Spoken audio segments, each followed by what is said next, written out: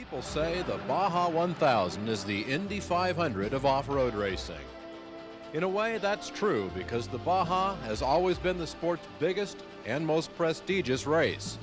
But the Baja 1000 is a unique event, unlike any other motorsports event in the world. For one, the distance is mind-boggling, more than 1,000 miles. Early races here were timed in days, not hours. Most of the race runs off-road through places so desolate they don't even have names.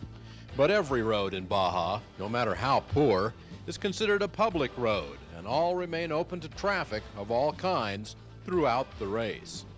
Fortunately, there are few problems with that, but the sight of a race car working through this kind of traffic can seem unusual to those visiting Mexico for the first time. To run a race such as the Baja 1000, the serious teams need an army of helpers and tons of equipment.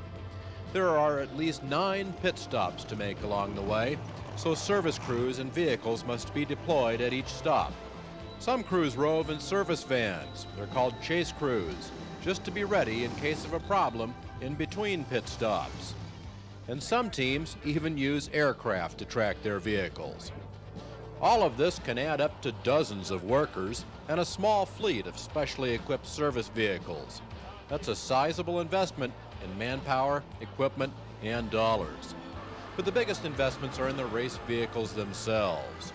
The cost of the best off-road vehicles long ago crossed into the 6-figure range, up there with a good NASCAR stock car or sports car prototype. A price tag would be difficult, however, to attach to the best drivers in off-road racing. These are men, and some women too, who can force themselves to drive right over obstacles that their instincts tell them are insurmountable. To keep that accelerator pedal mashed to the floor through terrain that might tear a normal car to pieces. And to keep driving hour after hour while experiencing almost indescribable physical punishment from the bouncing, jarring, and pounding. It's because of all this that people say just to finish the Baja is to win. Every finisher here does score a personal victory, to have beaten the Baja. But for a select few, just finishing is not enough. A victory is all that will do.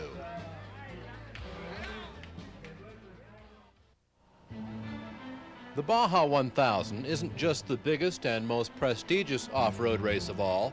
It is also the final race each year of a series of desert races. And those serious about winning championships as well as races are here too. There are championships for all the many classes of vehicles racing here, from the durable little Baja bugs that earn their nicknames here, to the strange-looking buggies that evolved from the sport's earliest dune buggies.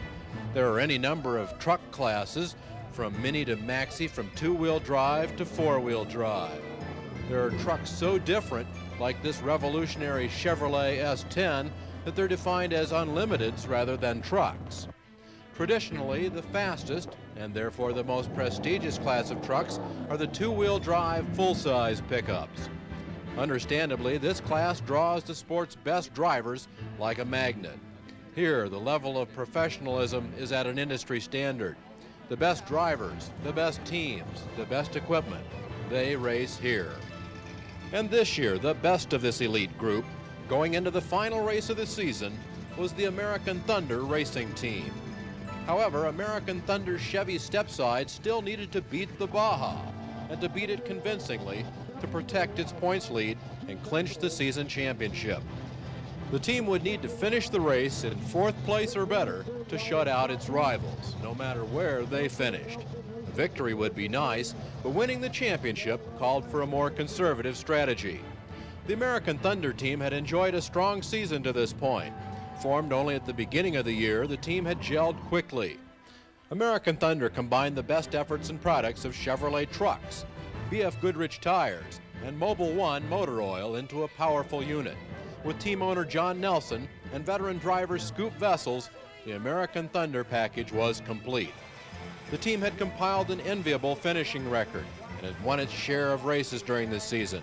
But to finish one final race was all that was needed to secure the championship.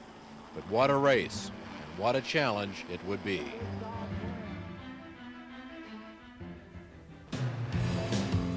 Veteran driver Scoop Vessels knew his American Thunder Chevrolet could win the Baja 1000. It was plenty fast enough. But his strategy required him to hold back. He needed to finish. He needed to win the championship more than win the race. In the position I'm in, I'm going to try to run 80% of the pace all the time. This race can equalize a lot of people and a lot of things can happen. And I think if I keep my pace up, the overall is not out of the question at all for me. This year, the Baja 1000 would attract more than 300 starters.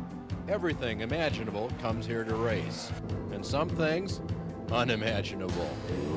From the start line in Ensenada, the trip down the Baja California Peninsula to La Paz would take at least 18 hours and perhaps as long as 42 hours.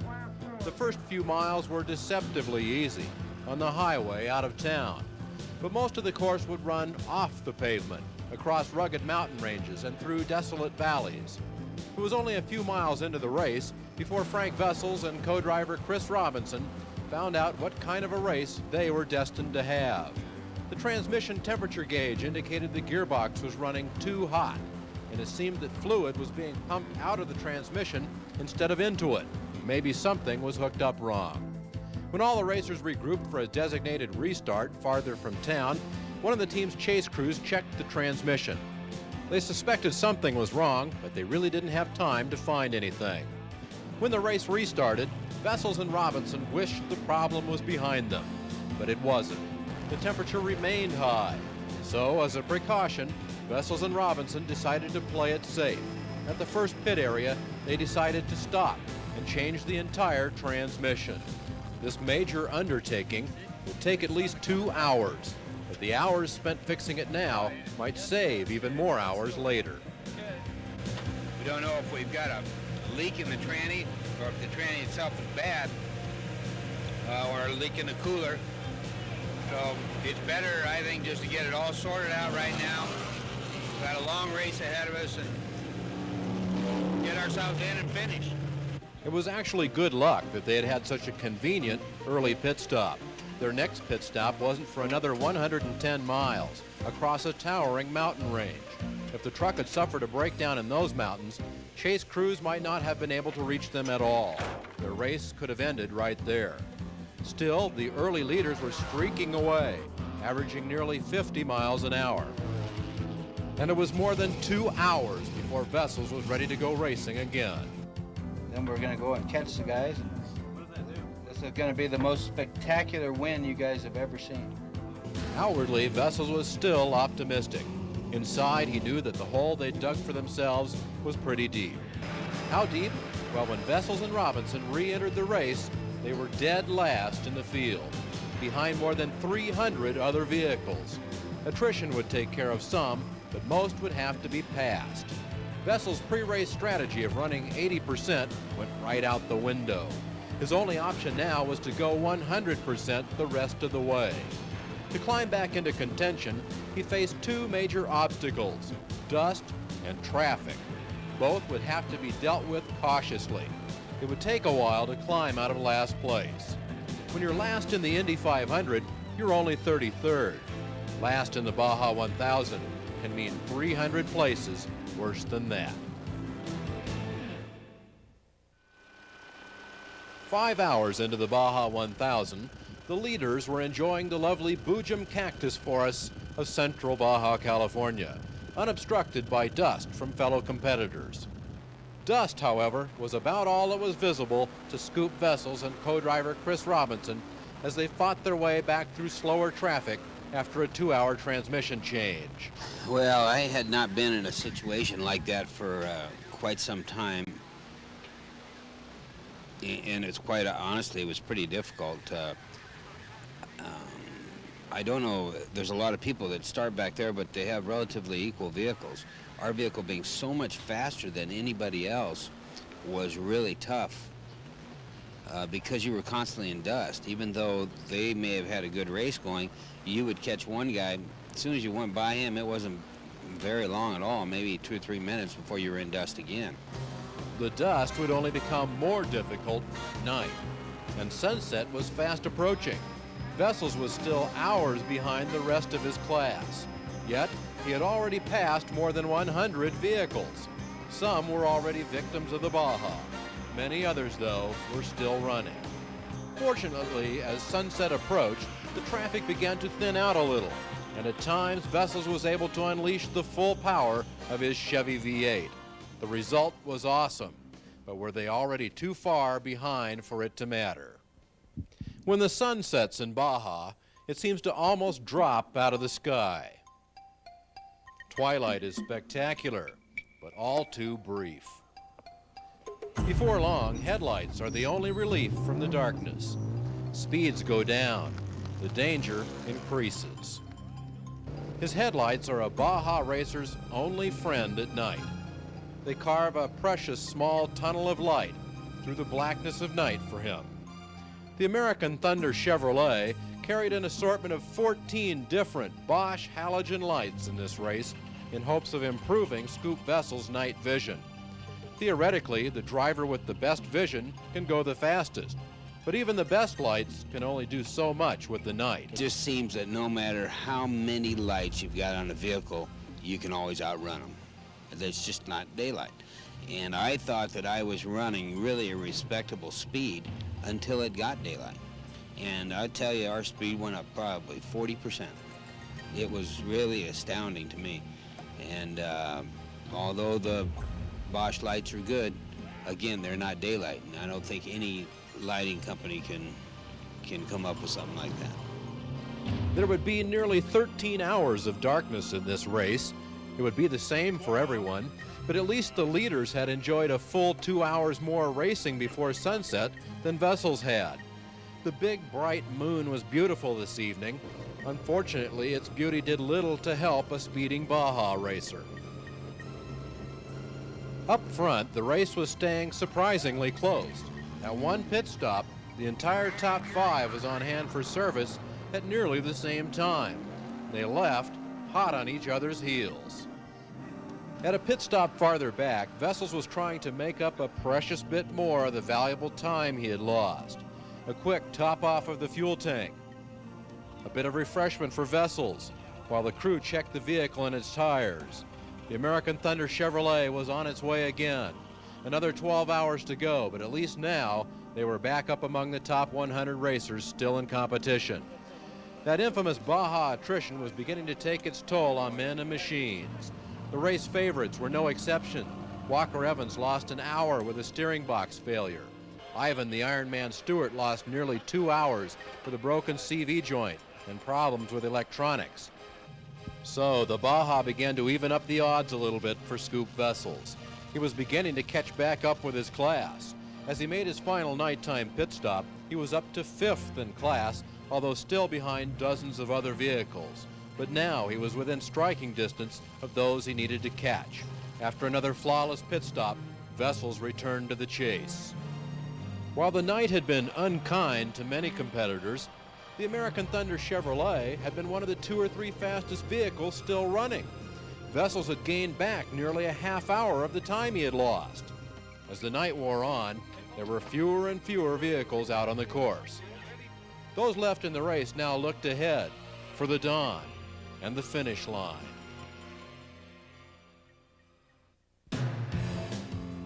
At dawn, a few hardy spectators huddled around campfires, waiting to see what was left of this Baja 1000. More than half of those who started the race 18 hours earlier were now sidelined. But on came the survivors. Rod Hall, winner of the first Baja 1000 in 1967. He was out front in the full-size four-wheel drive class. At this point in a Baja 1000, spectators can wait for hours between vehicles, but this race was an unusually close one.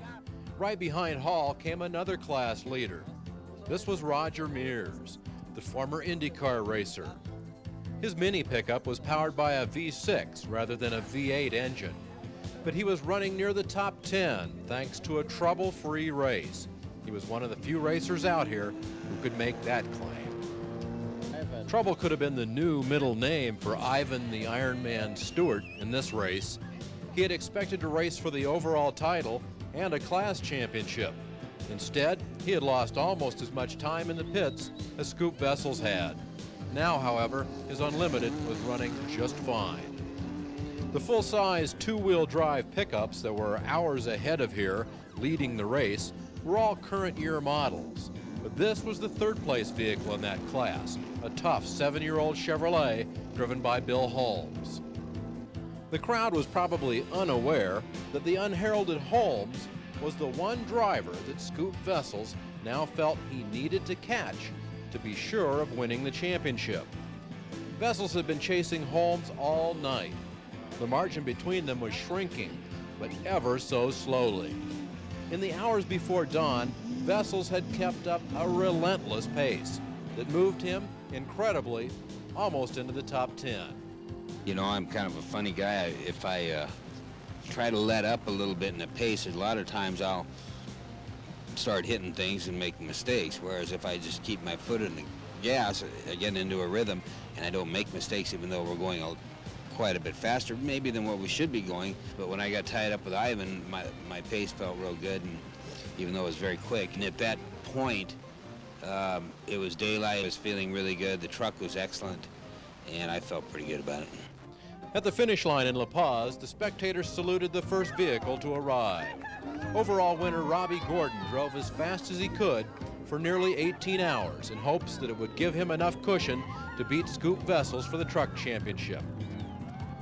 Now he must wait to see if his effort was good enough. Meanwhile, more class finishers were arriving. Bob Gordon, Robbie's father, came in just ahead of Mark McMillan. McMillan actually the winner of that duel, since he had started the race 30 seconds behind Gordon, but was finishing only 10 seconds behind. Out on the course, just 100 miles from the finish, Rod Hall was making his final pit stop. He was still out in front of a good battle among 5 trucks, hoping to break into the top 10. Roger Mears was next to come through, right behind Hall. He'd already made his last stop and drove right on past. Meanwhile, Ivan Stewart was finishing his final stop just as Bill Holmes pulled in right behind him in this furious battle. The race was really tightening up.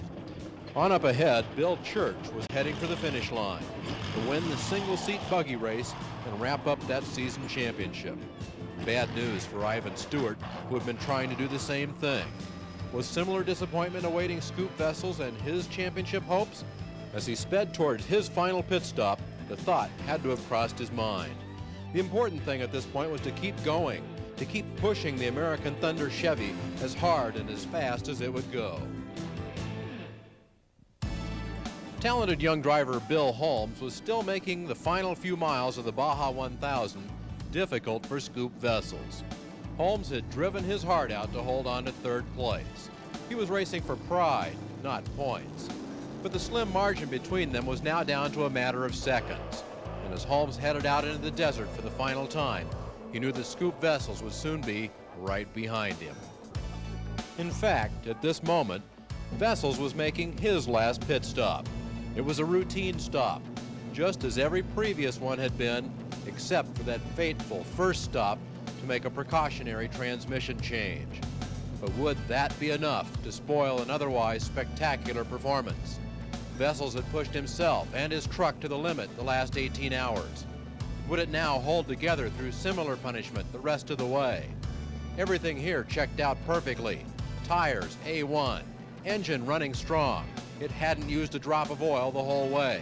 It was just another gas and go stop for the American Thunder crew. As he sped away from the pit area, Vessels knew he would catch and pass Bill Holmes for third place in a matter of minutes. There seemed to be no stopping the American Thunder Chevrolet now. Back in La Paz, another finisher. No victory here, except for the triumph over 1,000 miles of the worst that the Baja could dish out. It was no doubt frustrating for these finishers to have come so close to victory without achieving it. But at least they didn't break down in the middle of nowhere like so many others. At least they made it to La Paz. Out on the course, Scoop Vessels was entering the final leg of his long journey to La Paz. Having finally passed Bill Holmes for third, And for good measure, he had gotten past Roger Mears and Rod Hall. Making the final right turn out onto the highway, he was headed for the last few miles into the finish. It was nearly over. The spectators spotted more finishers coming in. And into view at the finish line came Ivan Stewart. Downtime had cost him a victory and a class championship. But behind him came a luckier man, Scoop Vessels. The American Thunder Chevrolet had passed, by unofficial count, more than 250 vehicles. For the first 50 miles, Vessels had been the slowest in the field. For the last 950, he had been the fastest. Vessels was now the 11th finisher overall. But more important than that, he was third in class, more than enough to clinch the season championship. It was, as Scoop Vessels had predicted early in the race, the greatest victory, the greatest comeback that Baja had ever seen. Fantastic, he said, when someone asked him how the truck had performed, and that was the truth. Later, the thrill of victory had not diminished one bit.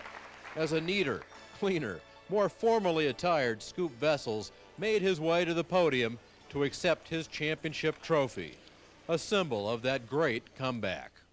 This whole year has been a comeback. The beginning of the year went really well for us. A couple first place finishes, and then a little trouble started to put us back, and every single race, the team and the truck and myself, we just made a hell of a comeback with them. And even the Baja 1000 was a perfect example. We were down and out in the beginning, and everybody pulled together and got us to the finish line, and right here's the result. The championship, Class 8, the big truck division for Chevrolet and Mobile and BF and everybody else. I tell you, there's not a team that deserves it more, believe me. There are more than 3,000 racing miles in the off-road racing series, but no miles were more important to the American Thunder racing team than the 1,000 miles of the Baja. At this event, the American Thunder racing team met the challenge of the Baja and came away victorious.